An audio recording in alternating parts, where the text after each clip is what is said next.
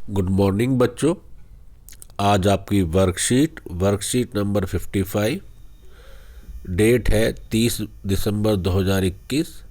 आज की वर्कशीट आपकी अर्थशास्त्र की बुक मुद्रा एवं साक्ष्य से ली गई है। पिछली वर्कशीट भी आपकी मुद्रा एवं साक्ष्य थी। पिछली वर्कशीट में हमने मुद्रा के बारे में जाना, मुद्रा के आधुनिक रूप के बारे में जाना। आज बेटा हम साख और बैंक के कार्यों के बारे में जानेंगे। आरबीआई के कार्य। साख मतलब आप बताइए, आपको साख आप इसको बोलते हैं क्रेडिट, उधार, ऋण। तो शुरू करते हैं आज की worksheet. Reserve bank of India को भारत में बैंकों का बैंक कहा जाता है। बेटा जो आपका हमारा जो भारत का बैंक है RBI, reserve bank of India, इसको बैंकों का बैंक कहा जाता है क्योंकि ये जितने भी बैंक हैं सभी बैंकों की कार्यप्रणाली पर नज़र रखता है, ब्याज दरों को निर्धारित करता है, इसलिए इसको बैंकों का बैंक कहा जाता है। बैंक विभिन्न प्रकार के कार्य करते हैं। बेटा यहाँ जो बैंक की बात हो रही है, यहाँ आरबीआई के यहाँ बैंक हो रही है जो आपके जैसे एसबीआई है, पीएनबी है, हमारे बैंक है, वाणिज्यिक बैंक जिन्हें बोलते हैं, उन बैंक के बारे में हम बात कर रहे हैं। तो बैंक जो होता है बेटा विभिन्न प्रकार के कार्य करते हैं। क्या कार्य करते हैं? नंबर 1 कार्य तो बेटा ये लोगों का खाता खोलकर उसमें मुद्रा को जमा के रूप में स्वीकार करते हैं। आप में से भी सभी बच्चों का, आपके पेरेंट्स का, सभी का बैंकों में खाता होगा। तो सबसे पहला काम क्या है बैंक का कि लोगों का अपने यहाँ बचत खाता, जिसको सेविंग अकाउंट बोलते हैं, उसको खोलते हैं लोगों का, और उसमें जो लोगों की अतिरिक्त बचत होती है वो लोग बैंक में जाकर जमा करते हैं। तो ये उन जमाओं को जमा के रूप में स्वीकार करते हैं। और बेटा जो लोग बैंक में राशि को जमा करते हैं तो बैंक इस जमा किए गए धन पर, यहाँ सूद का मतलब बेटा ब्याज से है, इंटरेस्ट से है, प्रदान किया जाता है। तो बैंक के द्वारा लोगों की जमाओं पर लोगों को इंटरेस्ट ब्याज भी दिया जाता है। और जब लोगों को मुद्रा की, पैसे की आवश्यकता होती है तो वे अपने खाते से निकाल लेते हैं।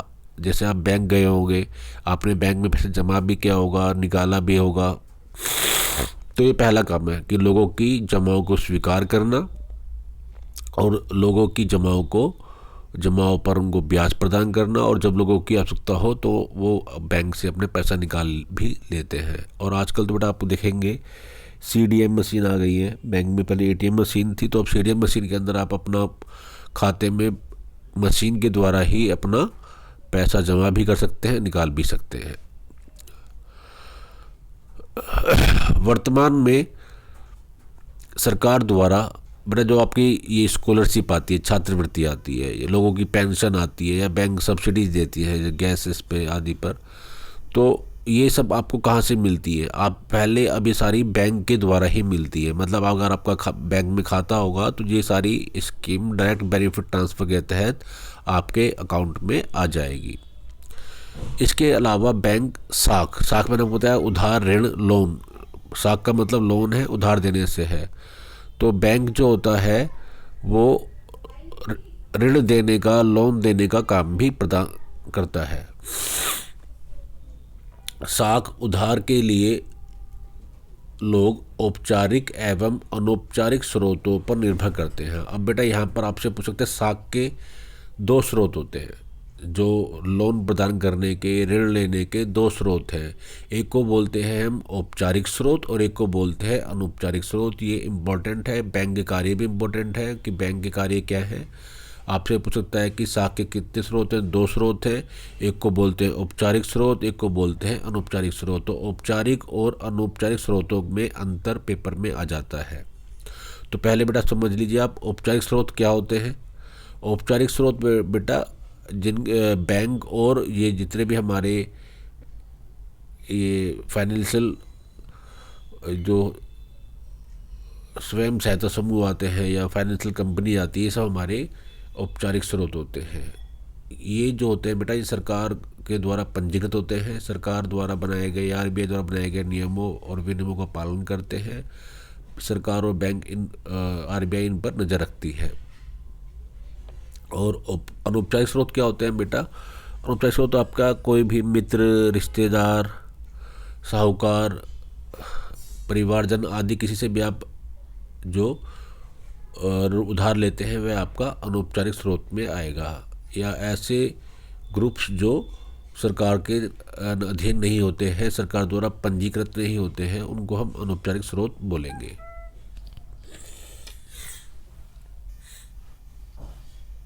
तो साख उधार के लिए लोग औपचारिक एवं अनौपचारिक स्रोत पर निर्भर करते हैं। आपको पता है लोग बैंक से भी लेते हैं, दोस्त रिश्तेदार से भी लेते हैं, ऐसी फर्म से भी उधार ले लेते हैं। तो दोनों पर ही निर्भर रहते हैं। औपचारिक स्रोत में मैंने आपको बताया बेटा, बैंक्स आते हैं, स्वयं सहायता समूह आते हैं, नॉन फाइनेंशियल कंपनी जो भी है वो भी आपके औपचारिक स्रोत में आती है। और अनौपचारिक स्रोत के अंदर मित्र, साहूकार, परिवारजन ऐसे लोग आते हैं। बहुधा अनौपचारिक स्रोत से मिलने वाला ऋण महंगा होता है। अगर आप अनौपचारिक स्रोत से अगर आप लोन लेंगे तो उनमें जो ब्याज होगा, रेट ऑफ इंटरेस्ट होगा, वो ज़्यादा होता है। इसलिए साख उधार या लोन के लिए हमें अधिक से अधिक औपचारिक स्रोतों पर निर्भर रहना चाहिए, क्योंकि बैंक से मिलने वाला लोन जो होता है वो बेटा कम ब्याज दर पर होता है।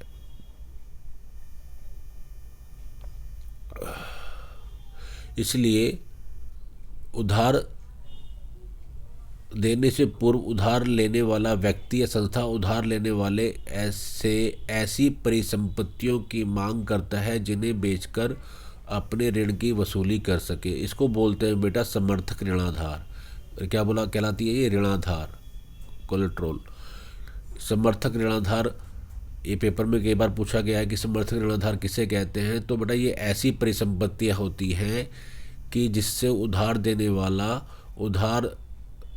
जिसको उधार दिया है उससे समर्थक ऋणाधार की मांग करता है। ये आपकी भूमि हो सकती है, आपका जेवर, मकान, कोई भी चीज़ जो आप गिरवी रख सकते हैं। तो ये गिरवी में जो चीज़ रखी जाती है वह समर्थक ऋणाधार कहलाती है, क्योंकि अगर उधार देने वाले व्यक्ति ने पैसे नहीं दिए तो वह इन चीज़ों को बेचकर अपना ऋण प्राप्त कर सके।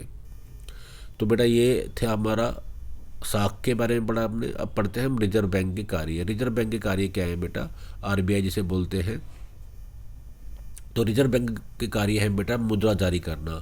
तो बेटा आरबीआई जो है सरकार की तरफ से मुद्रा जारी करता है। जितने भी आप नोट्स देखते हैं, सिक्के देखते हैं, ये सब ज़्यादातर आरबीआई के द्वारा जारी किए जाते हैं। इनके ऊपर आप देख सकते हो आरबीआई लिखा होता है। अगला है इसका कार्य ब्याज की दरों को निर्धारित करना। तो आरबीआई जो है बेटा ब्याज की दरों को भी निर्धारित करता है कि किस दर के ऊपर ब्याज दिया जाएगा। जो ब्याज की दर होती है वह आरबीआई के द्वारा होती है। मौद्रिक नीति की समीक्षा करना। जो मौद्रिक नीति होती है सरकार की, उसकी समीक्षा करता है कि महंगाई तो नहीं बढ़ी, महंगाई वृद्धि है तो क्या करना है। जो ब्याज दर है, बैंक दर है, सीआरआर है, इनको बढ़ाना है, घटाना है, वो सब आरबीआई करता है। बैंकों की कुछ राशि का नगद संचयन करना। जितना भी पैसा बैंक में जमा होता है उसमें से कुछ राशि आरबीआई के पास नगद संचयन के रूप में रखी जाती है। अगला, बैंक एवं स्वयं सहायता समूह की कार्यप्रणाली पर नज़र रखना। आरबीआई बैंकों की कार्यप्रणाली पर भी नज़र रखता है कि वह किस प्रकार कार्य कर रहे हैं। जो पैसा दिया जा रहा है, ये जो बैंक होते हैं आरबीआई से उधार भी लेते हैं, उनका सही रूप से इस्तेमाल किया जा रहा है या नहीं किया जा रहा है। तो बेटा ये थी आपकी वर्कशीट। इसके नीचे आप देखेंगे आपको ये 5 क्वेश्चन दिए गए हैं। तो पहला क्वेश्चन है आपका, साख के औपचारिक स्रोत से आप क्या समझते हैं? तो बेटा आपको बताया था मैंने अभी ऊपर कि साख के औपचारिक स्रोत ऐसे स्रोत होते हैं जो सरकार के द्वारा पंजीकृत होते हैं, रजिस्टर्ड होते हैं, और इन स्रोतों को सरकार के नियमों को और विनियमों को का पालन करना पड़ता है। औपचारिक स्रोतों पर आरबीआई अपनी नज़र रखता है। इनके उदाहरण बैंक एवं सहकारी समितियां आदि हैं। अगला क्वेश्चन है आपका, रिजर्व बैंक ऑफ इंडिया के कार्य। बेटा ये आपको भी लास्ट में ही दिए गए वही कार्य है। मुद्रा जारी करना, बैंक एवं स्वयं सहायता समूह की कार्यप्रणाली पर नज़र रखना, ब्याज की दरों को निर्धारित करना, मौद्रिक नीति की समीक्षा करना और बैंकों की कुछ राशि का नकद संचयन करना। समर्थक ऋणाधार मैंने आपको बताया बेटा, जो ऋणाधार का मतलब जो उधार लेने वाला है वह उधार के बदले क्या गिरवी रख रहा है, उसको हम बोलते हैं समर्थक ऋणाधार। जैसे भूमि, जेवर, मकान, पशुधन आदि क्या गिरवी रख रहा है। इसके बाद है बैंकों के कार्य। ये बेटा आपके वो आरबीआई के कार्य थे, ये आपके जो वाणिज्यिक बैंक हैं उनके कार्य। तो ये क्या करते हैं, ये बैंक लोगों की जमाओं को स्वीकार करते हैं, जमा राशि पर ब्याज प्रदान करते हैं। बैंक लोगों को ऋण भी प्रदान करते हैं और ऋण पर भी ये ब्याज लेते हैं। और सरकार की अनेक स्कीम जैसे स्कॉलरशिप, सब्सिडी, पेंशन आदि बैंक के द्वारा दी जाती है। अगला है बेटा आपका साख का कौन सा स्रोत बेहतर है और क्यों। बड़ा साख का आपका जो स्रोत है वो औपचारिक स्रोत बेहतर है। क्यों औपचारिक स्रोत बेहतर है? क्योंकि यह स्रोत भारतीय रिजर्व बैंक के नियंत्रण में कार्य करते हैं, अपना काम ईमानदारी निष्ठापूर्वक करते हैं। इन स्रोतों से ब्याज की दर अनौपचारिक स्रोतों की तुलना में कम रहती है। इन स्रोतों से ऋण लेने वाले का शोषण नहीं होता है। ये इसके एग्जाम्पल्स हैं। तो बेटा ये थी आपकी वर्कशीट, इसको समझिए। धन्यवाद।